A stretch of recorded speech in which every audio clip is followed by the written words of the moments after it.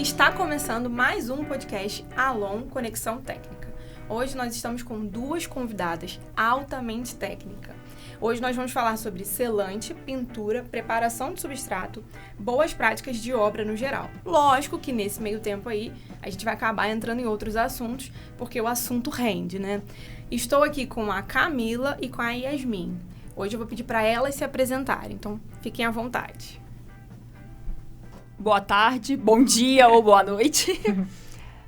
Eu sou a Camila Brás, sou formada em Engenharia Civil, trabalho na Dalminas, que é uma empresa de químicos para construção. Sou especialista formada em impermeabilização pelo IDD e atuo hoje como técnica e comercial. Eu sou consultora, né, no ramo dos químicos para construção. Legal. Yasmin. Olá pessoal, meu nome é Yasmin, eu sou formada em Engenharia Química, né? Sou especialista também em impermeabilização. Atualmente estou estudando Engenharia Civil, né? Eu trabalho aí com impermeabilização, selante já tem 5 anos. E eu trabalho aí na parte técnica, né, da Dalminas e de Protec.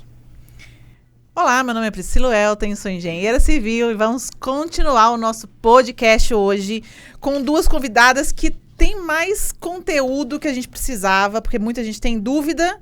Eu vou começar com a engenheira química. Eu vou começar, nem vou seguir esse script não, porque eu tenho dúvidas em engenheira química. Selante, a base de silicone ou PU para uma fachada? E qual que é a diferença química entre os dois? Bom, vamos lá.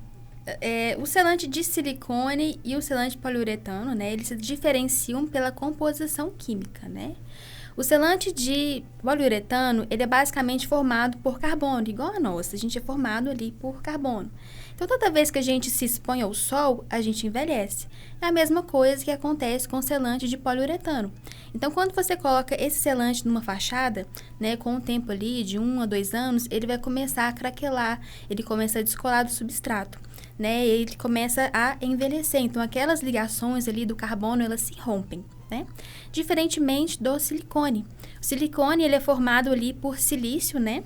Então, na sua composição, não tem o carbono e ele consegue resistir ali aos raios ultravioleta e durar aí 10, 20 anos numa fachada.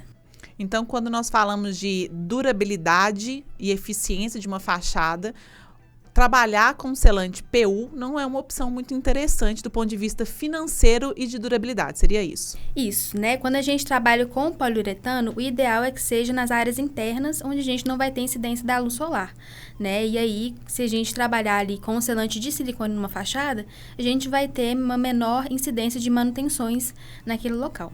E o selante à base de silicone, ele pode ser pintado? Não.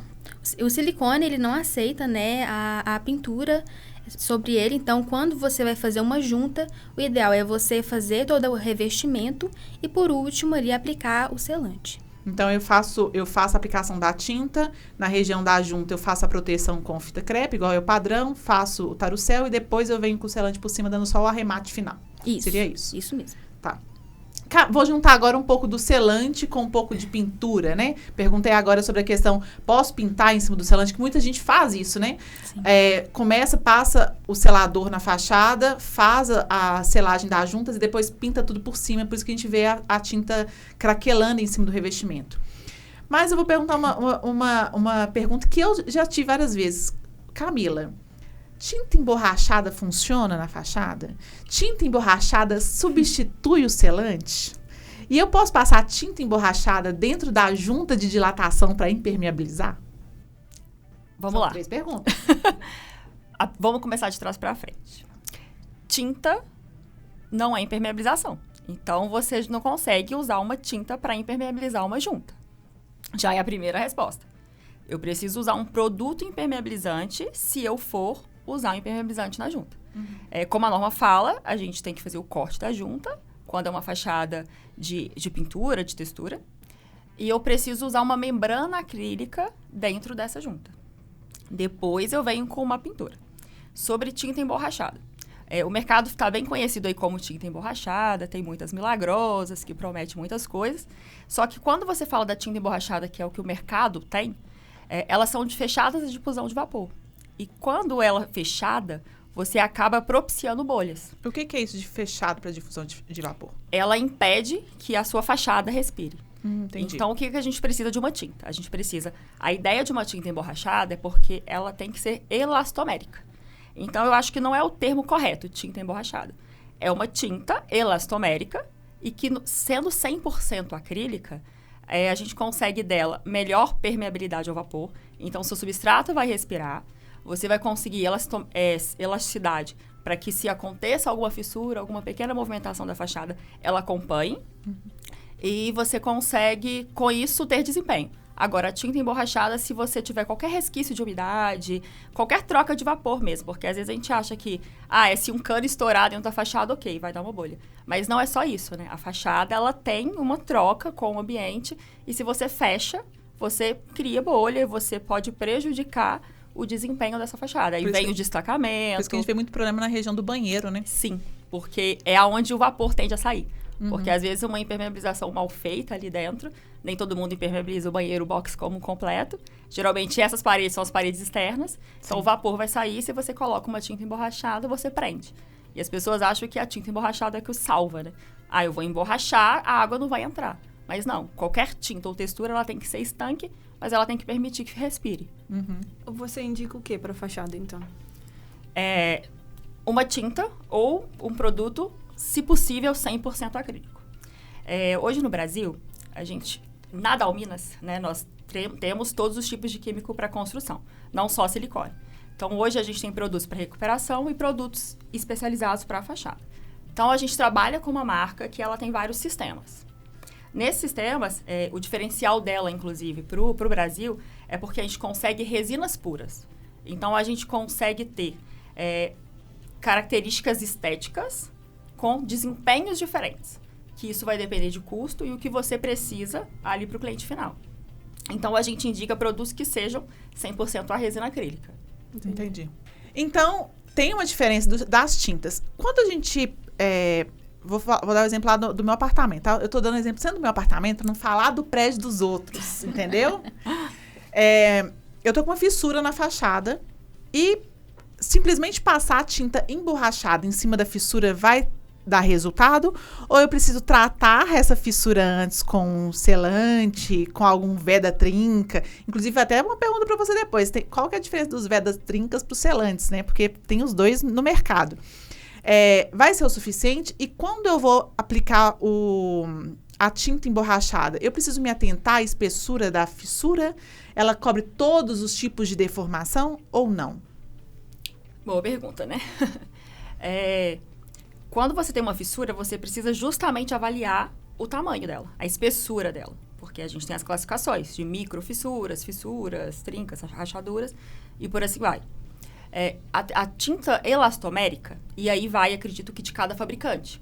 É isso porque é muito importante se atentar à ficha técnica e ter esse respaldo do fabricante. A que a gente trabalha, por exemplo, eu consigo ir até fissuras até 2 milímetros, mas isso depende do quanto eu tenho de espessura, quantas micras. Então, eu preciso de 2 demãos, 3 demãos, isso aí o que vai me dizer. A demão vai demandar conforme a espessura da fissura, seria isso? Eu consigo simular fissuras, que é o que a gente fala sobre ter a capacidade de microfissuras, ela conseguir comatar. Entendi. Mas fissuras maiores, aí eu preciso dessa avaliação. Eu tenho fissuras até 0,2, eu tenho fissuras maiores, com a ajuda de um patologista, inclusive, que a gente avalia essas espessuras. Microfissuras eu consigo, pelo menos com o nosso material, só fazer a repintura. Quando ela vai aumentando, eu preciso de entrar com os tratamentos corretos. Microfissura você enquadra com quantos milímetros? Acredito que até 0,5, né? 0,5. Aí os outros tratamentos seriam o que a gente está fazendo no prédio. A gente abre as fissuras. Então, a gente precisa avaliar. A fissura passou aí de 0,5. Ou a fissura consegue ser comatada com... eu vou fazer 2 demãos de tinta. Porque, inclusive, é o mínimo que a gente pede para que consiga ter um desempenho. Mas eu preciso tratar. E o tratamento correto são com produtos à base acrílico. Porque os veda trincas e tudo mais, a gente precisa entender se eles vão conseguir movimentar. E se eles também têm a mesma característica química, né? Característica química, porque quando você coloca um produto acrílico, se você colocar um PU, por exemplo, é muito comum tratar uma fachada com PU. Sim. E aí a gente trata a fachada com PU e depois a gente quer pintar. Por mais que o PU aceite uma pintura melhor do que o silicone, ele mesmo assim tem uma característica de, com o tempo, ele marcar ou ficar ali e começar a craquelar. Porque você está pintando em cima de um selante que vai movimentar e a afinidade é diferente. Quando a gente tem produtos acrílicos, então a gente pode usar produtos acrílicos para preenchimento da fissura. A ideia é que você preencha e que permita que ela movimente. E cabe também a avaliação, essa fissura está ativa, não está ativa, é só uma retração, é só um mapa de retração de emboço, tem algo além, tem uma movimentação, que aí a gente tem que ir para cada produto adequado para aquele tipo de fissura. Sim. Agora, por exemplo, você falou aí que a avaliação do patologista. E quando não tem essa avaliação, como que funciona para você, fornecedora, inclusive em questão de garantia? Como é que vocês conseguem fazer essa garantia, né? Dar essa garantia? Vocês vão até o local? Sim, a gente trabalha assim, né? Acho que a Priscila já acostumou aí com a gente trabalhar assim. A Dalminas trabalha assim desde sempre. A gente sempre vai até o local, a gente avalia junto com o cliente, a gente entende se já tem um especialista ali por trás. Se não, a gente sempre tenta indicar um especialista, porque a gente acha que o correto... Nós somos especialistas em químicos de construção. Por mais que eu tenha minha formação de engenharia, ali eu não vou assinar uma RT, eu não vou assinar um laudo. Então, a gente precisa de alguém ali para isso. Se não, porque nem sempre, infelizmente, a gente não consegue, a gente consegue orientar de acordo com a ficha técnica. Eu tenho um departamento técnico dentro da Dalminas que dá esse respaldo. A gente tem o respaldo da fábrica. Então, junto com o cliente, a gente tenta encaixar a melhor forma possível, indicar o melhor produto e a gente treina a mão de obra. Então, a gente vai até o local, a gente treina, a gente explica porque as pessoas acham que todos os produtos são iguais. Toda a tinta, tudo vai ser da trinca, tudo vai ser um PU, tudo vai ser só passar uma C3. Então, a gente tenta orientar esse passo a passo. Ô, Yasmin, como parte de química mesmo do produto, eu Priscila, não sei, é uma dúvida mesmo. PU, o selante e o Veda Trinca, onde que eles se juntam ali, onde que eles se distanciam muito quimicamente e para cada caso, quando que seria melhor? Você já até falou, o PU seria interessante a gente usar numa parte interna, porque não tem exposição solar. O silicone eu posso usar numa parte externa. Mas e o Veda Trinca? Como que funciona esse produto? Porque eu não sei nem a natureza dele, pra ser sincera. O Veda Trinca basicamente é um selante acrílico, né? Então, ele vai servir ali para as fissuras onde a gente não vai ter movimentação. Então, fissuras estáticas. Então eu não posso colocar um Veda Trinca numa fissura de térmica, por exemplo, de dilatação térmica. Não. Entendi. Então, assim, onde locais onde a gente não vai ter essa movimentação, a gente pode utilizar ele. A gente tem outros produtos. O que acontece? Todo produto, tanto seja PU, silicone ou os Veda Trincas, eles vão diferenciar pela sua composição química. Nós temos um produto na Store, que é o Crack Filler, que ele consegue sim, ele é um selante de base acrílica, mas ele consegue acompanhar essas movimentações. Então, assim, pela composição química dele, né, ele consegue ter esse comportamento de trabalhar na fachada. Então, esses produtos eles vão se diferenciar por isso, por conta dessa composição química, e não somente pela estrutura ali da molécula, mas também pelo que tem ali dentro daquele tubo, né?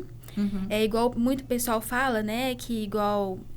Chega muita gente na empresa, a gente indica um silicone, né? O pessoal fala, mas silicone é muito ruim. Aí, o pessoal acha que a gente tá falando do silicone acético, aquele comprado em depósito. Com cheiro de vinagre. Né? Não, os produtos que a gente trabalha, ele é 100% silicone. Então, vão ser produtos ali que a gente vai aplicar na fachada e ele não vai retrair. Ele vai estar o produto ali completo naquela junta, né? Já esses selantes que a gente compra em depósito, você aplica ali 1 centímetro de espessura, na hora que você vai ver já tá meio, né? Para um leigo, como que ele consegue diferenciar esses dois materiais?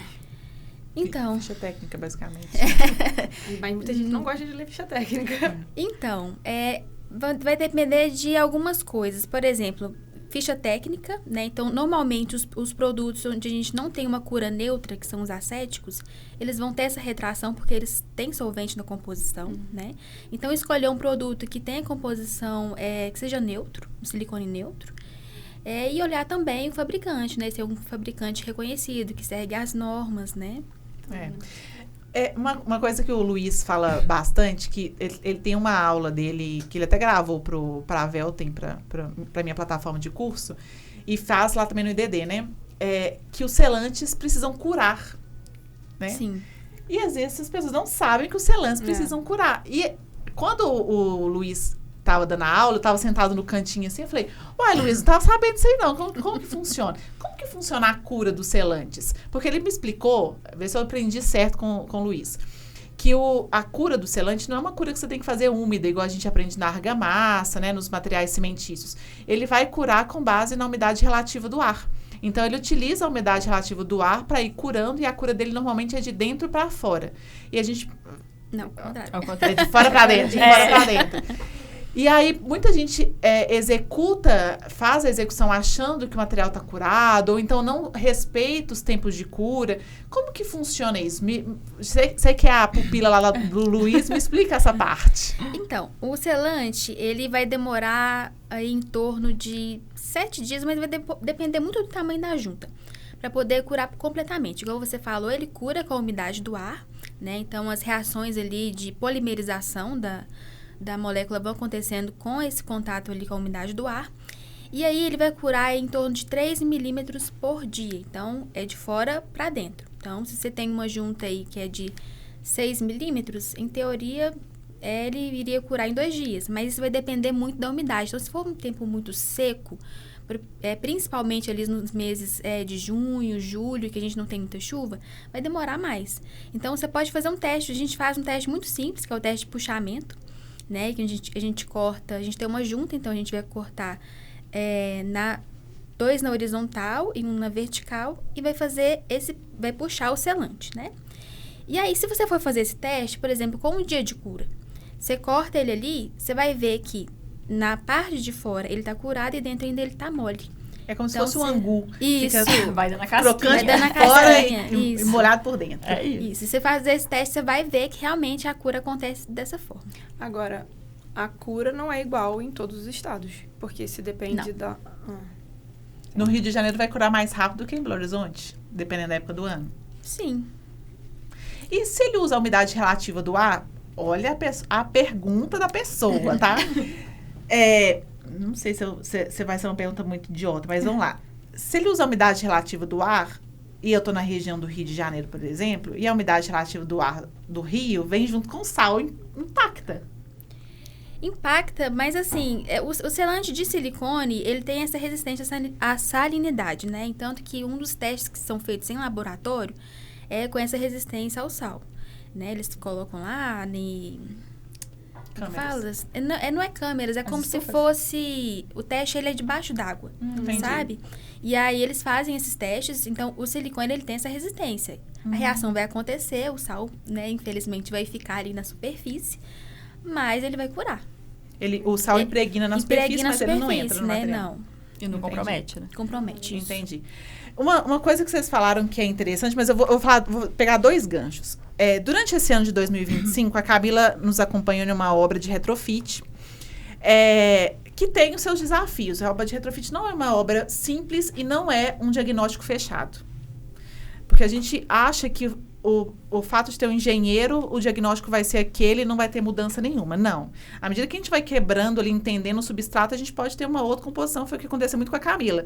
Eu falava, Camila, eu tô com essa situação aqui. Ela, Priscila, vamos testar produto? Então, a gente vinha com produtos novos para poder aplicar. Então, isso é bom para você, síndico, administrador, você que é da rede hoteleira até, que vai fazer um retrofit. O diagnóstico nem sempre será fechado. Às vezes, durante a execução de obra, a gente pode ter ali diferenças. Por isso que é importante ter um bom engenheiro e uma equipe técnica de produtos por trás, porque senão a gente fica na mão. Sim. E uma coisa que eu não sabia, e que eu aprendi com você, é dos tempos de cura, porque eu desconhecia o tempo de cura entre as camadas de produto. Por exemplo, a gente usou Store. A gente fez recuperação de fachada, então eu tirei toda a parte de emboço, descasquei as partes soltas, lavei a fachada, teve ponto de recuperação, teve várias etapas. Quando chegou a aplicação do produto em si, a gente entrou com um crack filler, maravilhoso, que tem o tempo de cura. Sim. Né? Por ser um produto à base de... um silicone, né? Um selante. É acrílico. Base acrílico. Eu tinha que aguardar o tempo de cura dele para vir com o selante. Depois dele, para entrar com o selante, eu tinha o tempo de cura do selante para a textura. E entre as demãos da textura, eu tinha tempo de cura e mais tempo de cura da tinta. Eu não sei se todo mundo conhece esse fato de todos os produtos vão precisar, de fato, de tempo de cura. E, ok, agora a gente está em época de chuva. Muda o tempo de cura quando eu estou com época de chuva? Eu queria entender um pouco mais sobre isso, porque foi uma coisa que impactou muito no meu cronograma. E que eu não conhecia até você chegar lá e falar, Priscila, entre as camadas são 7 dias. Eu falei, meu Deus do céu, acabou com o meu cronograma. Sim. E aí? Eu acho que, inclusive, é o ponto primordial. Primeiro, você falou sobre todos os produtos vão ser iguais. Não. Cada produto, cada fabricante vai ditar o tempo de cura, o que pode ser feito, o próximo passo, em quanto tempo. Então, mais uma vez, ler ficha técnica. Nem todo mundo quer ler, mas é primordial. Eu acho que um engenheiro, uma pessoa que está responsável ali como RT de uma obra, precisa ler ficha técnica. A gente sabe que a mão de obra lá na ponta, ela geralmente não vai querer ler a ficha técnica. Mas alguém tem que ter lido para ela e tem que explicar passo a passo. Retrofit. É uma caixinha de surpresa. A gente fala que é uma caixinha de surpresa, então a gente tenta deixar o cliente ciente disso, porque isso pode impactar em tempo e em custo. Porque às vezes você acha que está lindo, redondo ali antes de abrir. Mas vai ter alguma etapa que vai demandar mais tempo. Sim. Agora, os tempos entre demãos de produto. É primordial, precisa disso. Porque, com isso, tempo de cura, principalmente. Você usou lá o Power Top, que é a argamassa de embolso, né? Que a gente fez a recomposição. É cimentício. 28 dias. Que entra o caso de um reboco, de um embolso de fachada. Uma obra nova, por exemplo. Ninguém quer esperar 28 dias de cura. Isso vai impactar em algumas úmida, né? patologias. Porque, às vezes, no retrofit, acredito que você chega para fazer algum laudo, algum ensaio, nem sempre é o produto que está ruim. O embolso mal curado caracterizou num desplacamento, e aí vai várias patologias por causa disso. Agora, respeitar os tempos é igual uma impermeabilização, você precisa respeitar. Tem o tempo mínimo e o tempo máximo. A fachada ainda a gente não tem esse tempo máximo entre demãos. A gente tem, se uma fachada ficar ali ao tempo, eu não vou fazer outra demão, então a gente tem que pensar no ambiente que a gente está também. O Belo Horizonte é um pouco diferente do Rio. Então, se eu deixar uma fachada em frente à praia, exposta por muito tempo, eu vou ter que pensar, quantos meses eu deixei? Vou ter que lavar antes de aplicar uma tinta? Nós no Rio eu tinha cuidado de lavar a fachada, se a gente ficasse 15 dias sem mexer nela. Pois é. Porque quando a gente passava a mão assim no embolso, era puro sal. Então, como que eu vou aplicar uma tinta em cima de uma base que já está contaminada? É isso aí. E esse tempo é muito importante. Você deixar a textura, porque as pessoas acham que primeiro já não respeita o embolso, a cura do embolso. Vem com uma textura. E depois você ainda quer passar uma tinta emborrachada. Aí passa uma tinta emborrachada em cima de uma textura que não curou e em cima de um reboco que não curou. E aí o que vai acontecer? Desplacamento, bolha. Então você precisa ter os intervalos. O produto precisa do intervalo para receber uma segunda demão. Para receber uma tinta. A textura, se a gente puder deixar ela curar mais tempo, porque ela também é cura com o tempo, com o ar. Ela seca, entendi. ela cura de fora para dentro também. Entendi. É uma coisa que o pessoal talvez às vezes fica muito fixado aqui. O cimentício, ele consegue ter essa resistência maior à umidade. Só que quando você vem com texturas, tintas, a gente está trabalhando com produto 100% acrílico, né? Então, eles vão facilmente dar bolha. Eles não vão ter essa resistência igual um produto cimentício. Exato. A resistência a essa umidade. Quando a gente fala de um produto acrílico, o que significa um produto acrílico? Assim, me explica o que é o acrílico do trem. O produto acrílico, né, ele basicamente é formado por carbono. O que vai diferenciar eles, né, é como ele vai estar organizado ali na molécula, né? E aí essa resistência vem direcionada diretamente com isso. Então, quando a gente tem uma tinta estirenada, ela vai ter uma resistência menor ao UV do que uma tinta que a gente vai ter 100% acrílica. Estirenada, o que é isso? Eu ia perguntar isso. Estireno, não vou saber explicar direito, porque a química vai saber. Mas, hoje, no mercado brasileiro, quase todas as tintas e texturas, elas são feitas com uma resina estirenada. Que é você pegar uma resina e você diluir com estireno. Isso que faz ter menos resistência ao sol, por isso o desbotamento precoce. Além do pigmento, né, que aí é de cada fabricante. Mas ele faz com que, com o tempo, o sol, porque o estireno, a gente pode pensar mais ou menos como o PU. com o tempo, ele vai perdendo também as propriedades, ele vai amarelando, vai envelhecendo e vai ficando rígido. Então, por isso que com o tempo, a gente vê algumas texturas feitas na fachada, que elas estão fissuradas, estria, né? Elas vão rompendo mesmo, elas vão partindo, elas vão perdendo a resistência. Só que o mercado brasileiro usa isso como padrão, infelizmente. Então, por isso que alguns produtos, né, como eu falei, eles vão desbotar precocemente, eles vão amarelar. O fabricante que a gente trabalha, né, que é a Store, ela tem esse produto de linha, que inclusive, infelizmente, foi feito para entrar no Brasil, porque ele fez para acompanhar o mercado brasileiro. Porque também tem que ser o valor competitivo, né? Exato. Então, mas a gente tem produtos que são 100% acrílico com silicone, nanotecnologias. Então, a gente tem algo além, porque lá fora a gente tem muitos produtos, né, acima. Então, o estileno é isso. O estileno é basicamente você pegar uma resina e diluir com esse estileno que barateia. Vai baratear o custo. Só que é algo que, a longo prazo, você vai perder qualidade de desempenho. Entendi. É muito importante, pessoal, vocês consultarem realmente quem conhece. Porque, às vezes, recentemente eu peguei uma marca, não vou citar nome, né? Mas que o cliente estava comprando, falaram que era excelente. Aí, quando eu abri ali a composição para saber o que tinha naquela tinta, eles estavam colocando parafina para falar que o produto era excelente, que era um produto resistente à umidade, e aí, né? Parafina de vela? Sim. Sim. A hidrorrepelência que a gente vê muitas vezes na internet... Explica o que é hidrorrepelência. Aproveitando, explica a diferença de hidrorrepelência e hidrofugante. Que as pessoas... Acho que não tem diferença, não tem? Não, as pessoas às vezes me perguntam isso. Qual é a diferença de material hidrorrepelente e material hidrofugante? Existe diferença? Na minha cabeça, não. Porque o material hidrofugante vai trazer hidrorrepelência. Entendi. Que Então, é a isso. hidrorrepelência... Tá certo. Então, a hidrorrepelência é uma consequência do... Isso, de usar um material hidrofugante. Entendi. Porque o hidrofugante existe hidrofugantes em alguns materiais já, inclusive a argamassa que você usou de embolso, ela já tem hidrofugante na composição. E alguns produtos, que a gente ela citou a parafina, é porque tem produtos que se coloca a parafina, porque pensa na vela. Qual que é a característica da vela? Quando a gente derrete, pinga, ela não absorve água. Entendi. Então, eles colocam na composição parafina. E aí, esteticamente, na hora que... fiz o teste, fiz uma textura. Um dia depois, joguei água. Deu aquele monte de gotícula.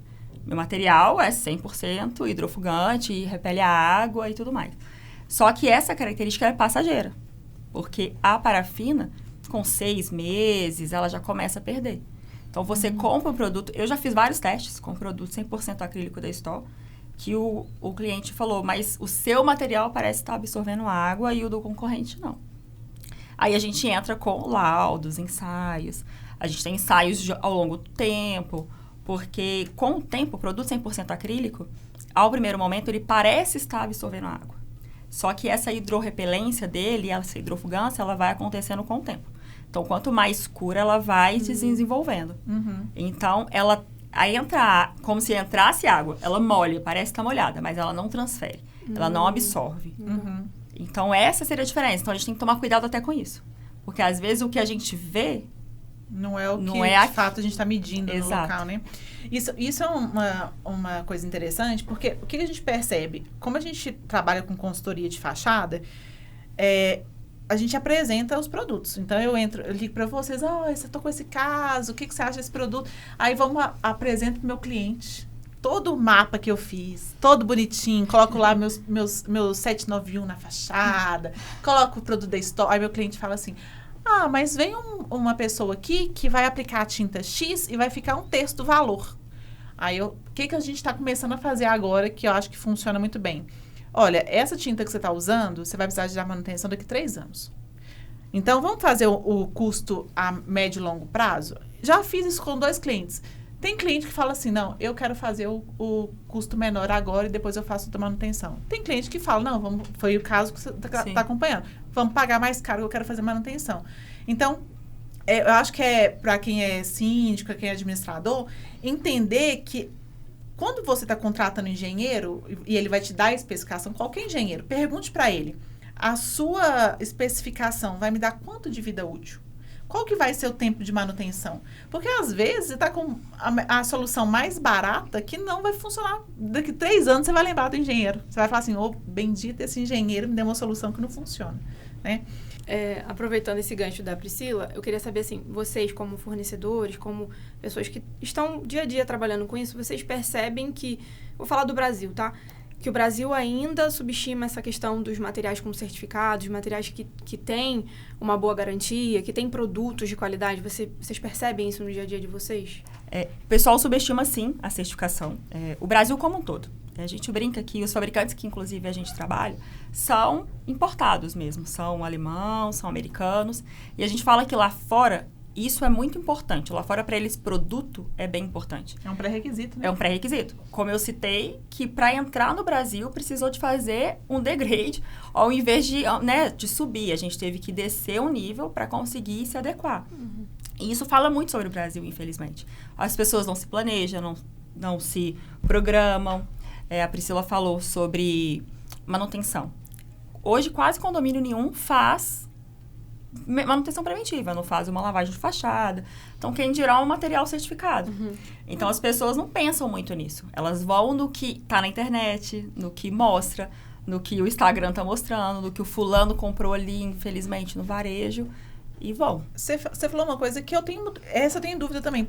Como que a lavagem da fachada vai melhorar o desempenho da tinta ou a vida útil da tinta? Por que eu tenho que lavar a fachada quando eu falo de tinta? A ideia de lavar, que a norma pede, é porque, na minha cabeça, quando você vai lavar uma fachada, também, querendo ou não, você vai lavar e você vai fazer as inspeções preventivas. Porque entendi. Você vai estar lavando, uma que para você deixar esteticamente melhor, e se você deixa, vamos pensar no Rio, um lugar que tem maresia, que vai ter fungo. Se você deixar ali aquele sal impregnado por tanto tempo, sim, ela pode entrar e contaminar uma textura. No caso São Paulo, a quantidade de poluição, né? Poluição. Então, se você lava a fachada, tem esse periódico de lavar a fachada, você está ganhando em desempenho. No entanto, a norma fala isso e a Stoll tem também um memorial que a gente fala de acordo com o desempenho que você está comprando, de quanto em quanto tempo você vai lavar ou que você tem que pensar em entrar com uma repintura. Então, quando a gente fala de produto acrílico e não estirenado, você ganha em lavagem. Porque um produto 100% acrílico protege muito melhor sua fachada. Entendi. Então, ele tem um comportamento melhor. Você não precisa lavar com um tempo curto. Então, 2 anos, precisa lavar. Quando você usa 100% acrílico, você consegue aumentar em 1,5 vezes esse desempenho. Então, a gente tem fachadas que se lava com 5 anos, com 4, com 7. Na verdade, a gente sabe que ninguém tem cultura, né? De lavar fachada. Quando a gente fala do Rio, aí sim, pessoal, por conta da maresia, porque sabe que não dá para deixar acumulado, porque aquilo vai corroer. Então, eles começam a lavar sempre. Agora, falando de Belo Horizonte, quanto tempo tinha que ninguém fazia nada na fachada? Anos. 40 anos. Vou pegar um gancho de fachada com impermeabilização, que é a especialização de vocês duas, e aproveitando a engenheira química. Nessa fachada que nós fizemos, esse retrofit, nós estamos com um problema sério na região dos banheiros, que os banheiros estavam infiltrando. E aí, antes de começar a fazer a reforma, a gente notificou os moradores. Olha, precisa resolver e tal, vai ter que arrumar o banheiro. E aí, o síndico falou assim, é só rejuntar? Eu falei, não, rejunte não é impermeabilização. O que eles fizeram? Somente rejuntaram, né? É claro, somente rejuntaram. Tinha, do ponto de vista de vocês que são especialistas em impermeabilização, vou perguntar o óbvio. Por que o rejunte não é impermeabilização? Essa é a primeira pergunta. Vou perguntar 3 de uma vez. O selante substitui um rejunte, ele pode ser considerado como um impermeabilizante? E o selante que eu aplico no banheiro tem que ter uma característica diferente dos selantes que eu uso no resto da casa ou não? Tá, vamos por partes, né? Por que o rejunte não é impermeabilização? A impermeabilização, ela é a característica do produto. O produto, ele vai ser impermeável, ele vai tornar aquele sistema, né, impermeável. Então, o rejunte, ele não tem essa característica, né? Então, se a gente está tendo um problema de impermeabilização, a gente vai ter um problema ali embaixo do revestimento, que é onde está tendo vazamento, né? Então, tem que tratar ali primeiro, quebrar o revestimento, tirar a impermeabilização antiga, refazer e aplicar tudo novamente, né? O rejunte aí, ele deve ser, né, ter uma manutenção de pelo menos a cada 2 anos. Tem locais que pedem menos, né? 6 meses. 6 meses, né? É o mínimo. É o mínimo. Mas A ninguém gente faz, vai né? feito É isso que eu ia falar, Eu ninguém faço. faz. 10 Na minha casa, anos. você faz na sua casa, mas a maioria ninguém faz. No meu prédio mesmo é 2 anos. Tá lá no... Manual de uso e Manual. operação. E aí, a segunda pergunta foi sobre o selante, né? Então, o selante, a gente tem nas áreas úmidas, o ideal é que seja um selante resistente a fungo, né? Porque, querendo ou não, a gente vai ter umidade, vai ter o surgimento de bolor. Então, o ideal é que seja um selante que tenha composição de antifungicida, tá? Muita gente usa os selantes acéticos, né? De base acética. Só que esse ácido acético, com o tempo ele vai evaporar, né, na hora de fazer a cura. E ele não vai ter essa resistência com um tempo maior contra esse bolor em comparação com os selantes antifúngicos. Tá? É por isso que ele fica verde, né? O meu tá verde. O meu tá verde. Aí eu joguei tira-limo, o trem desfez. Não sei o que aconteceu com esse selante, ele ficou Ainda esfarelento. tem isso, né? Assim, quais produtos de limpeza que Qual pode... produto químico? Posso usar qualquer produto de limpeza químico para lavar o banheiro? Quando eu tenho um selante lá aplicado? Não. Assim, todo material, ele vai ser agredido de acordo com o produto que você aplicar. Se aplicar um produto de base ácida ou muito alcalino, ele vai agredir aquele produto, né? Aquele silicone ou PU. Então, o ideal, né, até mesmo pela sua saúde, porque aquele produto vai evaporar, você vai inalar aquilo e vai fazer mal. Né? Muita gente faz errado, que é misturar sabão em pó com cloro e não pode, né? Eu misturei água sanitária, lisoforme e sabão em pó. Aí, Piorou. Eu já fiz essa E bomba. respirou ainda. Lavei o chão assim, ó. Então, assim, vai agredir, né? Então, o ideal é você utilizar ali apenas um detergente neutro. Mas, né, no banheiro Fala é isso difícil. pra quem tem toque de limpeza. Quem só usa detergente neutro no banheiro? É muito difícil. É muito difícil. Mas se você utilizar um cloro ou algum produto que não tenha tanta agressividade, ele vai conseguir combater sim. O ideal, muitas das vezes, quando esse bolor já impregnou, é você retirar e fazer novamente. Tá? Eu vou Ô, pessoal da Dalcio, me manda um selante pra selar o banheiro na minha casa. Ô, Dalcio, anota aí. Impermeabilização, aproveitar que as duas são de impermeabilização agora. Dúvida que eu tenho, que eu falo com meus clientes, vamos ver se eu tô falando certo. Tá na moda, né? Todo mundo impermeabiliza e passa o revestimento selando por cima de uma vez, né? Argamassa C3 e já cola lá o material. Eu sou da velha guarda que eu gosto muito da proteção mecânica, né? Eu gosto de vida útil, né? Porém, a vida útil para a construtora muitas vezes significa custo. Vocês poderiam me precisar... muda muito a vida útil? Eu já sei a resposta, mas as pessoas não sabem. Muda muito a vida útil? Requer mais manutenções? Como que funciona isso aí? Qual que é o papel da proteção mecânica, que as pessoas não sabem o papel da proteção mecânica na impermeabilização? Tem 2 respostas, eu acho aí, né? Uma mais técnica, de um especialista, projetista de impermeabilização. Vai depender, o ideal, se puder, sempre fazer proteção mecânica. Justamente o que você já respondeu, vida útil. Uhum. Porque a construtora, por exemplo, uma obra nova vai entregar um banheiro impermeabilizado. Geralmente, vai vir um revestimento por cima. Quase sempre, aí entra questões de garantia, de manuais. A pessoa vai quebrar e vai trocar o revestimento. Aí, ponto. Acabou a Já garantia. acabou a garantia. Outras, às vezes, o rejunte vai falhar. E aí, qualquer coisa que aconteça, vai direto já na impermeabilização. Ou ele vai tentar trocar... No período de obra, inclusive, isso acontece. Precisou quebrou, trincou um revestimento, vou trocar. Inclusive, como a gente trabalha com muitos projetistas, muitos consultores, essa é a dúvida deles em muitos produtos. Porque tem produtos que a gente tem produtos com alto desempenho e que dá o direito de não colocar proteção mecânica, porque tem afinidade com a C3. E isso encaixa quando você não tem cota. Tem hora que... Então, às vezes, tem o que a norma, tem a boa prática e tem o que tem que ser feito. Porque quando você não tem cota, não tem o que fazer. Então, você vai tentar ir para o melhor produto, que vai te entregar o maior desempenho, e vai colocar o revestimento por cima. E vai colocar no manual os cuidados que tem que ter. Mas, sim, pode ter uma vida útil diminuída. Entendi. Quando você faz a proteção mecânica, que ela serve para proteger a impermeabilização, você tem uma vida útil muito maior. O papel da... Porque quando eu estudei a parte de fachada, o papel do chapisco é absorver as tensões, né? O pessoal estava tirando o chapisco e passando o emboço direto. Então, estava dando muito descolamento das camadas de emboço. Eu posso falar que a proteção mecânica também absorve essas tensões entre a laje e o revestimento cerâmico, diminuindo o desplacamento? Será que a gente poderia falar isso? Sim, até mesmo porque se você olhar a configuração dela, a gente vai ter uma argamassa e no meio ali a gente vai ter, né, a tela.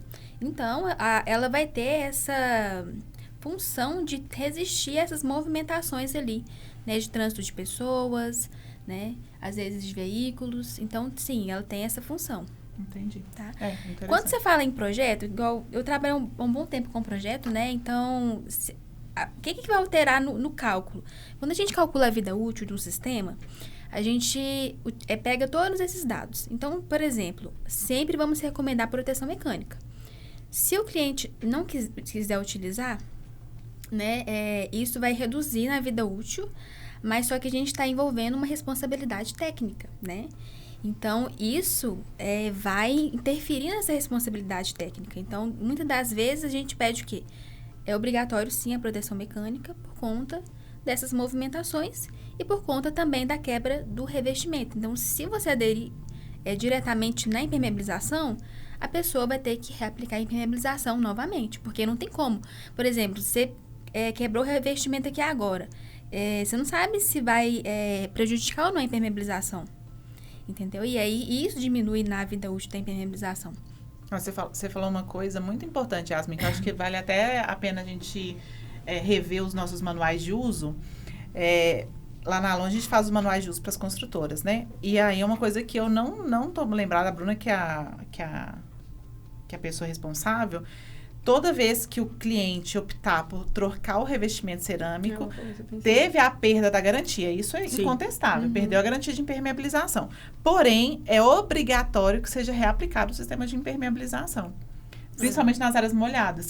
Porque uma coisa é garantia, outra coisa é o impacto que você vai trazer com a ausência da impermeabilização. Como um todo, né? Exatamente. Então, acho que vale a pena ir para os construtores... no manual de uso e operação, orientar qual que é o procedimento de impermeabilização adotado. Ó. O sistema de impermeabilização adotado foi impermeabilização com a colagem do revestimento cerâmico EC3 sobre a impermeabilização. Nesses casos, havendo a remoção ou a troca do revestimento, é obrigatório a reimpermeabilização do ambiente. Acho né? que se puder colocar assim, é a melhor dos interessante. mundos. É uma boa prática. Por isso que a gente fala que nem sempre é a receita tão redondinha ali, tão perfeita. Tem Pra que ter a tudo, boa né? prática. Tem que ter. Nós fizemos um projeto para São Paulo agora. São Paulo tem uma outra cultura, né? Sim. Assim, eu falo que quem trabalha com mineiro fica rico em qualquer lugar do mundo. Mas quem trabalha com São Paulo aprende a fazer coisa que até Jesus duvida. Aprende. Nós fomos numa obra semana passada. Foi semana passada. E aí eu fiz o projeto de impermeabilização das varandas. E aí, no projeto de impermeabilização, eu apontei e falei assim, olha, tá faltando a compatibilização com o projeto hidráulico, que eu não visualizei os ralos desse ambiente. Então, mande pra gente, isso lá na etapa de projeto, mande pra gente o projeto, que eu vou readequar ao meu projeto de impermeabilização, demonstrando os caimentos. Nunca mandaram, executaram, e aí chamaram a gente porque a empresa que ia fazer o aporte financeiro decidiu não fazer o aporte financeiro, porque teve uma irregularidade na impermeabilização. Priscila tem que vir aqui, porque não estão dando dinheiro. Cheguei lá. Como que foi o sistema? Eles não impermeabilizaram as varandas. Nossa. Aí tem a varanda, a sala. Aí eles fizeram uma inclinação de 1,5%. E aí a água joga para a fachada. Pra fachada. Aham. E aí, sabe qual foi a Ou boa seja, prática? Uma pingadeira embaixo da viga. Aí eu falei assim, meu querido, ninguém vai te pagar. Aí ele, não, o que a gente faz aqui? Quebra. Não, e errou com o projeto, né? Errou tendo o seu projeto, errou com a tendo metodologia, com tudo. Aí eu falei, mas quem que te ensinou a fazer isso? Ele, não, a norma técnica 9575 fala que tem também inclinação de área interna de 0,5. Se eu coloquei 1,5, não precisa ter impermeabilização. Eu falei, Meu Deus. de onde tirou isso? Interpretou da cabeça dele. É interpretativo. Interpretou como convém. Não, Priscila. Não fiz impermeabilização. Falei, então tá bom. Aí agora a gente vai ter que quebrar todas as varandas. Nossa. 200 varandas. Porque não tem solução técnica. E uma outra dúvida que os meus clientes têm muito. O que é área molhável e não molhável? E impermeabilizar só em volta do ralo funciona? Não. Nossa, gente, eu já trabalho ainda com uma consultora que, infelizmente, só faz nos rodapés e ralos, né? Nas áreas molháveis, né? Mas o que acontece? Áreas... Na verdade, tudo deveria ser considerado área molhada, né? Porque brasileiro adora lavar tudo, né? Áreas molháveis é áreas onde a gente pode ter respingo ali de chuva, áreas onde eventualmente pode vir a molhar, né? Já as áreas molhadas é áreas onde a gente vai ter contato constante com água. Então, um banheiro, né? Uma área de serviço. Mas a gente sabe que o brasileiro vai lavar tudo, né? Cozinhas, Vai lavar varanda. até a sala. Quem tirar o banheiro, né? O que eu faço hoje nos projetos de impermeabilização? Se eles não querem impermeabilizar, eu falo, tira o ralo. Tira o ralo da cozinha. Isso, Você não vai porque aí a impermeabilizar? Tira pessoa o vai ralo. ver que não pode Mas, lavar. Priscila, você vai entregar sem o ralo? Você vai entregar sem impermeabilização. Que diferença que vai fazer o ralo? Nenhuma. Aí a gente tira os ralos. Por quê? Não vai impermeabilizar. Ah, mas o brasileiro gosta de lavar. Se você não impermeabilizou logo, não pode lavar. Então, é mais fácil você cortar o mal pela raiz, que é o ralo, do que você falar com o seu cliente, olha, eu coloquei o ralo aqui. Mas não lava, Mas não. lava não, tá? Não lava, não. É igual a briga das garagens, né? É igual nas garagens. Lá no meu... Vou dar exemplo de novo no meu prédio. Eu fui falar com o cliente... Meu cliente não, ele vai ser meu cliente um dia. Pro construtor? Não, pro construtor. Tava tendo muita infiltração. Toda vez que lavava a garagem.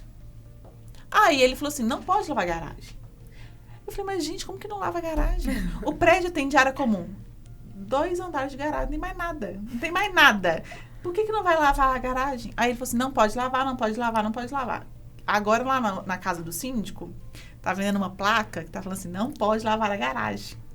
E aí como que limpa a garagem? Não limpa. Então, o que ele fez? Porque eu falei com ele, já que você colocou o ralo, significa que você permitiu lavar. Sabe o que ele fez? Tirou o ralo. Tirou o ralo da Chumbou cara. todos os buracos do ralo. Ou seja, não tem ralo mais. Não tem como lavar a garagem. Mas essa garagem também não entra água de chuva, né? Entra. E aí fica tudo empoçado. Porque ela vai escoar pra onde? E aí deu trinca de concretagem. E aí fica parecendo uma cachoeira na minha garagem. E eu falo, meu Deus, eu estudei tanto pra morar num prédio que tem uma infiltração dessa em cima da minha vaga. Nossa. E fica parecendo casa de ferreiro espeto Mas de pau. impermeabilizar ou não a garagem? Pra mim, se tem chance de entrar uma água de chuva, tem que impermeabilizar. Se tem chance de lavar, Os tem que carros eles chegam impermeabilizar. molhados. É isso que eu ia vai cair falar. junto. Tá, mas não tem chance, mas os carros chegam molhados da rua. E aí? Na minha cabeça, tem que impermeabilizar. Ah, tinta epóxi é impermeabilização? Tinta epóxi, não. Mas tem sistemas aí que a gente entra como uns Trafix da vida, que aí sim, eles são impermeabilizantes. Tem alguns sistemas que são impermeabilizantes pra garagem. Mas não é tinta. Só tinta, não. Tinta básica, epóxi, aquela que fica bonita, brilhando igual shopping. Não. E uma outra coisa, de um outro cliente meu que até ali no bairro Anchieta. Tinta epóxi em garagem de subsolo funciona? Em piso concretado? Porque, na minha opinião, não funciona. Porque eu tenho umidade por capilaridade, umidade ascendente no piso e a tinta epóxi, ela enche de bolha. Obrigatoriamente teria que impermeabilizar ou não? Como que funciona? O que vocês acham? Quer responder essa? Quero fazer um piso emborrachado, um piso epóxi, igualzinho do BH Shopping, no meu subsolo. E aí, posso fazer ou não? Não. A não ser que você tenha impermeabilizado o seu concreto. Então, a gente sempre vai ter em áreas em contato com o solo a umidade ascendente, né? Então, você utilizou ali um cristalizante no concreto.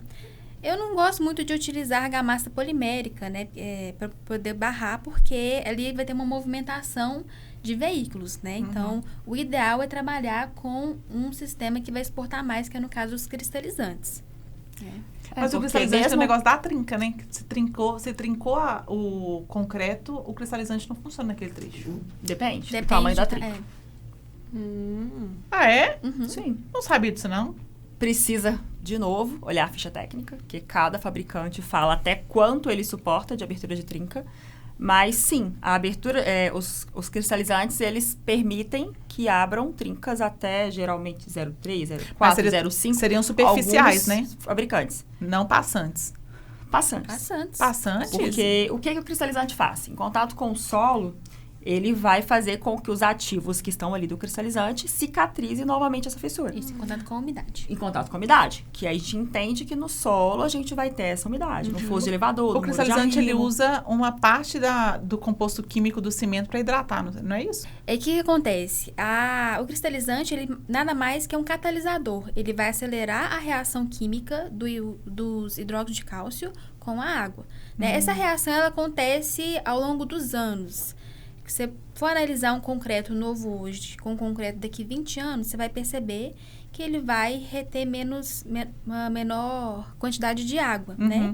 E o que o Shypex... Ai, gente, posso falar? Pode falar Shypex. Shypex é ótimo. Adoro. Shypex.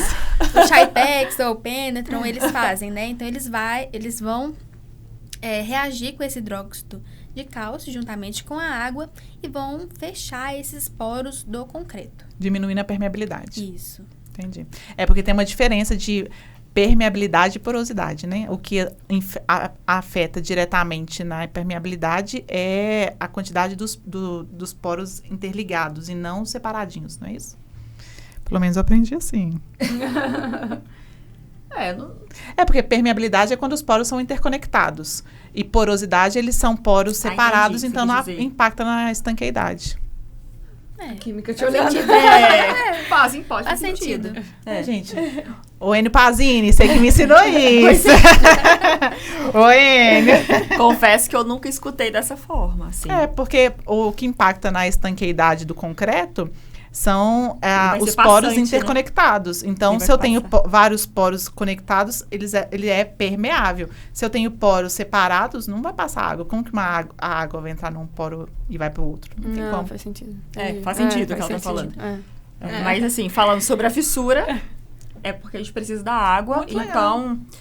O que às vezes as pessoas não têm é paciência. Porque se acontece uma fissura, ela vai estancar. Mas o cliente não tem paciência, não. Vamos supor que a gente está falando de uma piscina elevada.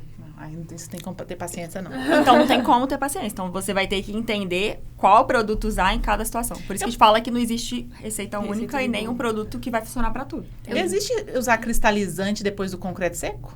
Existe. Você pode utilizar ele por pintura. Ah, é? Sim. Quando? Em que caso? Pode ser estruturas novas ou antigas, mas tem que ser no concreto. Vai funcionar como se fosse uma argamassa polimérica? Não. Na verdade, assim, se você pega ele vem no saco, você vai misturar igual uma argamassa polimérica, só que ele vai penetrar o concreto e ele vai fechar esses poros da mesma forma que o aditivado diretamente na betoneira. Os poros superficiais só, né? Não, ele penetra? Ele entra mesmo. Penetra. Entanto que é feita a cura úmida 2 vezes por dia durante 3 dias, para que ele possa entrar no concreto. Não, mas eu tenho que desbastar a superfície? O ideal é que você abra a porosidade.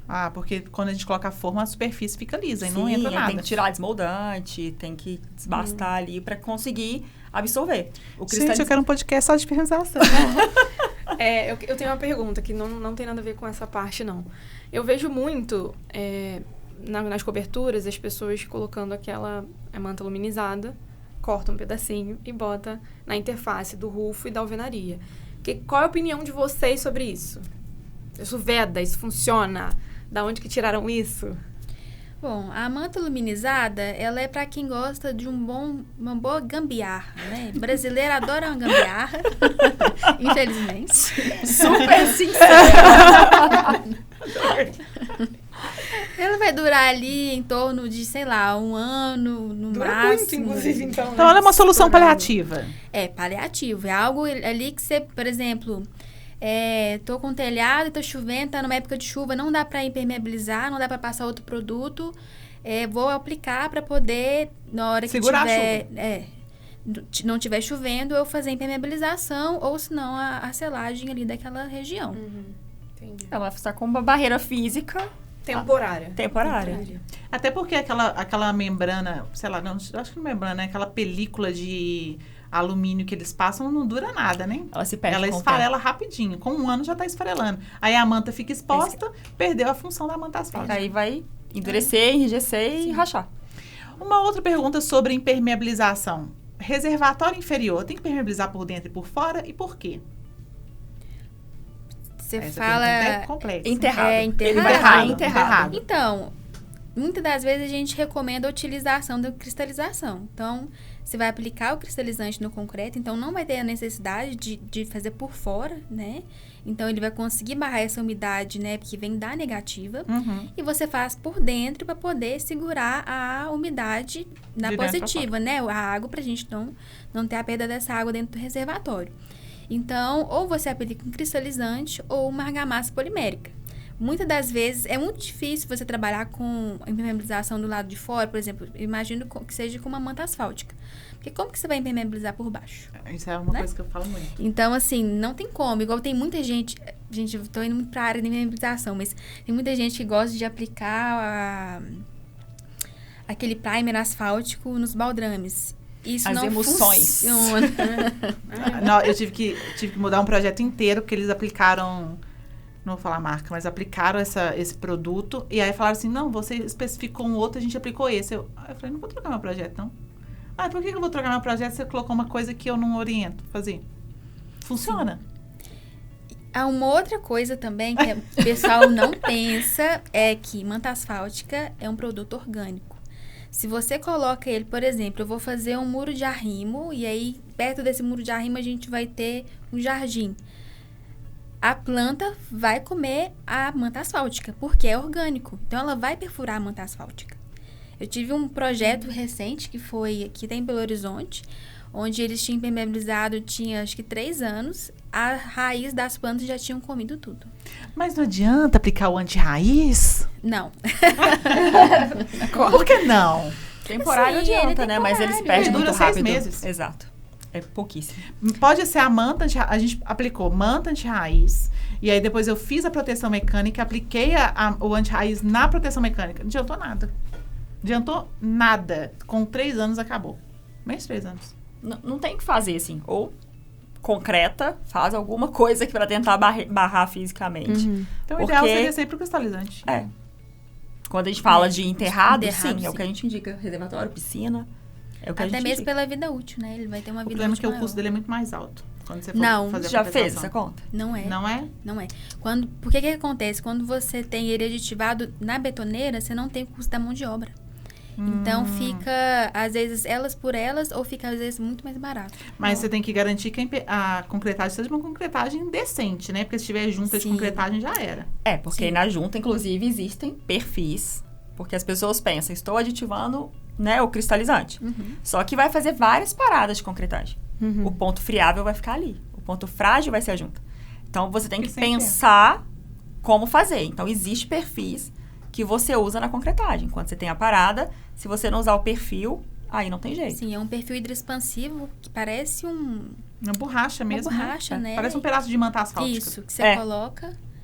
E Ela aí é ele de vai petróleo vedar essas mesmo, juntas. Isso. E a gente tem outros sistemas também, né? Tem a Fungiban, Isso, Que aí tem é- outros tipos de junta. que também pode ser utilizada. Queremos um podcast só de trazendo os produtos de impermeabilização, entendeu?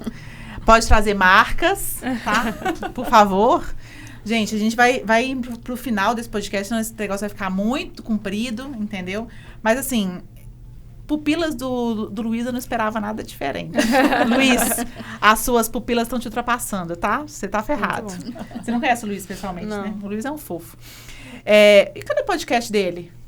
Parou? Acho que ele deu uma paradinha, né? Parou. Ele gravou algumas coisas que tem pra lançar. Não sei se tem pra lançar alguma coisa gravada. Nossa, gente, Confesso que eu não estou por dentro. assistam o podcast do Luiz. Ó, A já prosa do participei. Mestre Gui. A prosa do Mestre Gui, em homenagem ao pai dele. Muito, muito legal, muita gente Muito legal. Assim, é um negócio que vale a pena. Você vai pra academia, coloca aqui, ó.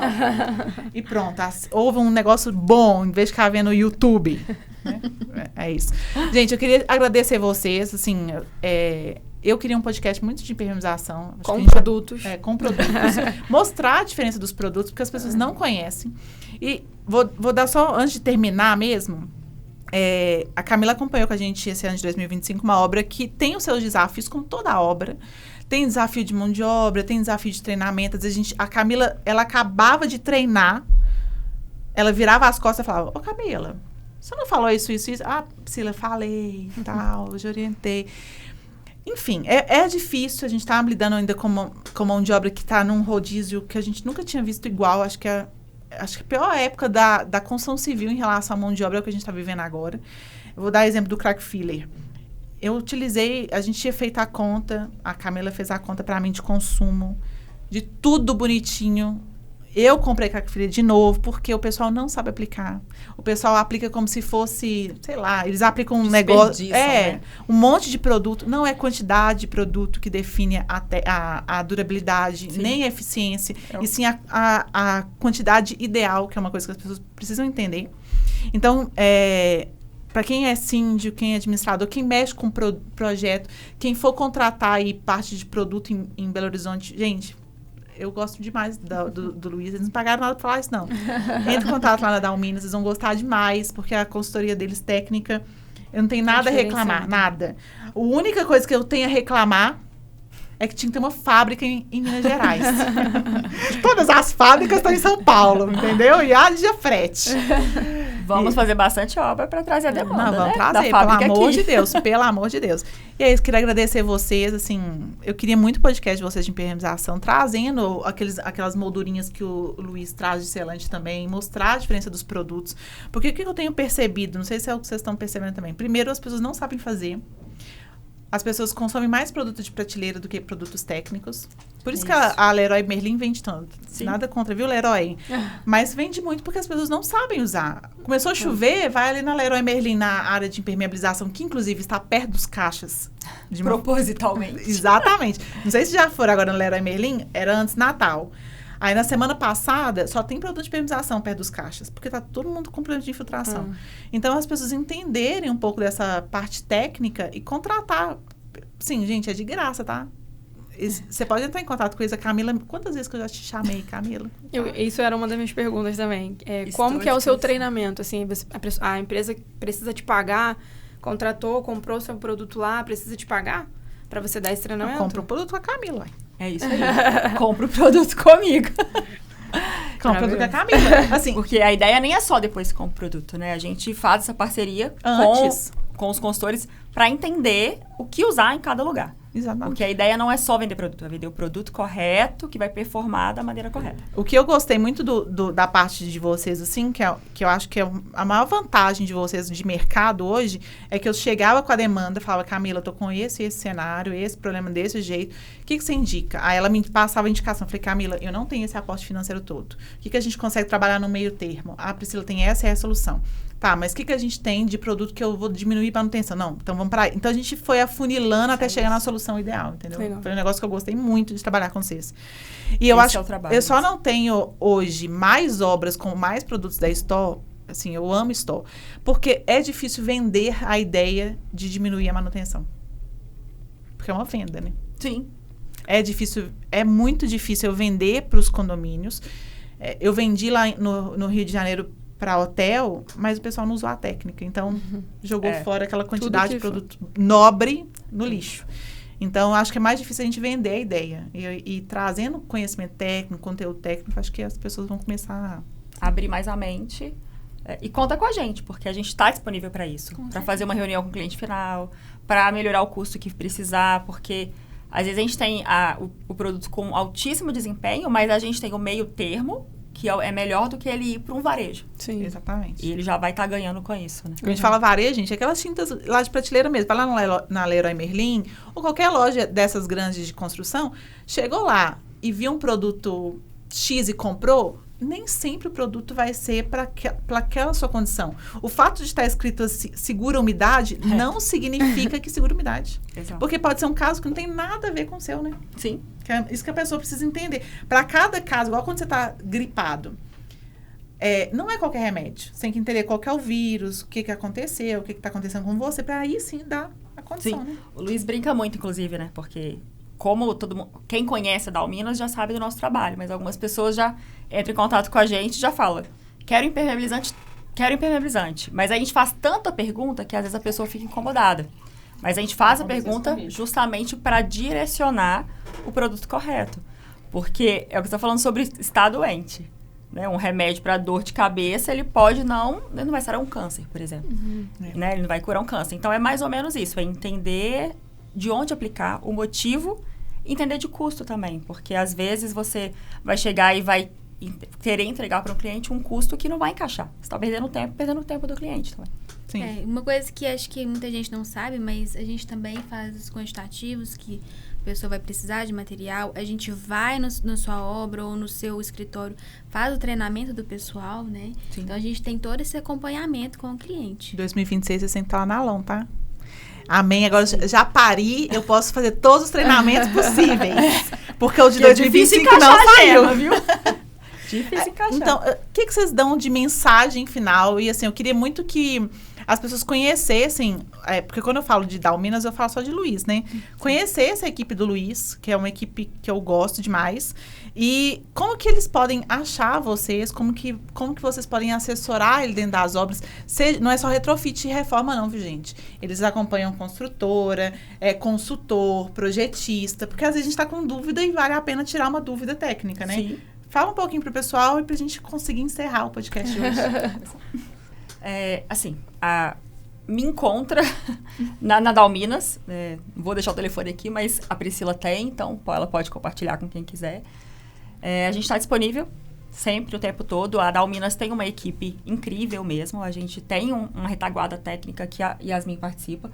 A Yasmin está à frente, inclusive, desse departamento. Tem outras pessoas que a gente tira dúvida, outras pessoas que o cliente pode fazer quantitativos, outros vendedores, todo mundo é capacitado.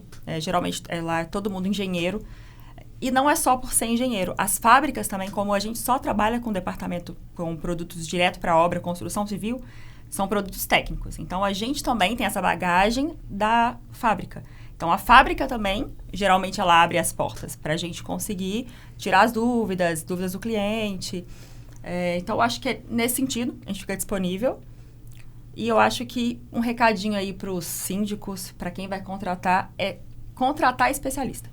Eu acho que é importante ter alguém para ter essa retaguarda técnica mesmo. É te indicar o caminho, saber aonde, porque eles vão saber aonde achar a Dalminas. Então, acho que você estando com um consultor, estando com alguém que vai te direcionar, vai fazer um trabalho durável, porque a gente sabe que é difícil para o condomínio parar e fazer uma reforma, é dinheiro e tem que ser durável. Então, acho que o caminho principal é achar um especialista.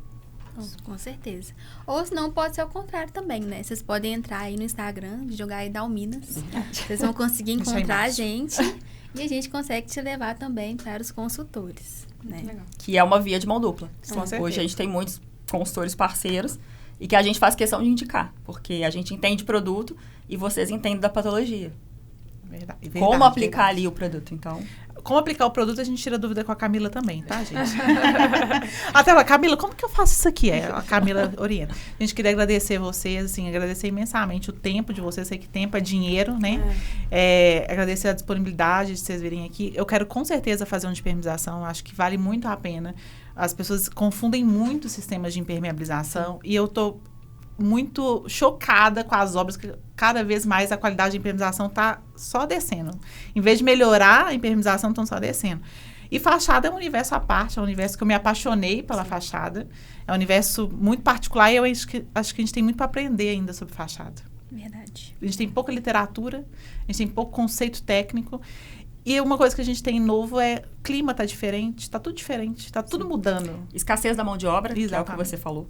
Você falou o Brasil inteiro. Eu atendo outras regiões, outros estados. E a gente tem essa falta em todos os estados. Então, está todo mundo, inclusive, tentando ir para produtos com mais desempenho, que vai requerer menos mão de obra para manutenções.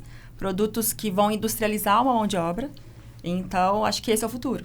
É caminhar aí para a sustentabilidade e para a industrialização de mão de obra, que eu acho que é o caminho. Também falta muito projeto de fachada, gente. Eu acho que, assim, em 5 anos que eu tô trabalhando, eu nunca vi um projeto de fachada. Eu vou te mandar um Eu ia falar que eu já vi, tá? Porque eu já peguei projeto da Alon. Eu já peguei projeto da Alon de fachada, sem ser a Priscila me indicando, mas o cliente me procurando. Eu já fiz quantitativa e recomendação, acho que do Brasil quase todo, e nunca veio pra mim um projeto de fachada. E tanto quando a gente fazia os quantitativos da Store, a gente deparava, assim, com cada projeto arquitetônico que eu falava assim, meu Deus, como é que eu vou fazer? Tem projeto. A gente tem porque poucas pessoas referências também no Brasil. O pessoal não quer comprar projeto de fachada. É isso. As pessoas não querem pagar. É porque eles acham que é arquitetura, né? As pessoas têm essa confusão de ser um projeto arquitetônico. Que o arquiteto indicou ali a cor da tinta, a cor da textura, e acha que isso é um projeto de fachada. É isso, infelizmente. A gente quer agradecer vocês, muito obrigada. A gente que agradece. A gente que agradece. Nossa, foi muito bom. E vamos fazer o de impermeabilização. Com certeza. Vai ser... Quando a Bruna voltar do Rio de Janeiro, gente, porque a Bruna, ela tem que vir morar em Belo Horizonte, entendeu? Quando ela vier de novo pra Belo Horizonte, nós gravamos mais episódios. Combinado, Bruna? Vamos gravar o treinamento dela, que ela vai dar na aula. Vamos gravar, mas vai ser só conteúdo interno. Pessoal, eu queria agradecer vocês mais uma vez no nosso podcast, finalizando mais um dos episódios. Comente aqui embaixo o que vocês querem ver de conteúdo, o que vocês têm de dúvidas sobre impermeabilização, pra gente criar um novo podcast falando sobre impermeabilização, sobre o sistema de impermeabilização. E se você também tiver alguma dúvida relacionada à fachada, selante, coloque aqui embaixo que vão ter prazer. O pessoal da Dalminas vai entrar no YouTube, entendeu? Vai entrar, vai responder e vocês vão chamar eles com certeza. Muito obrigada, até o próximo episódio.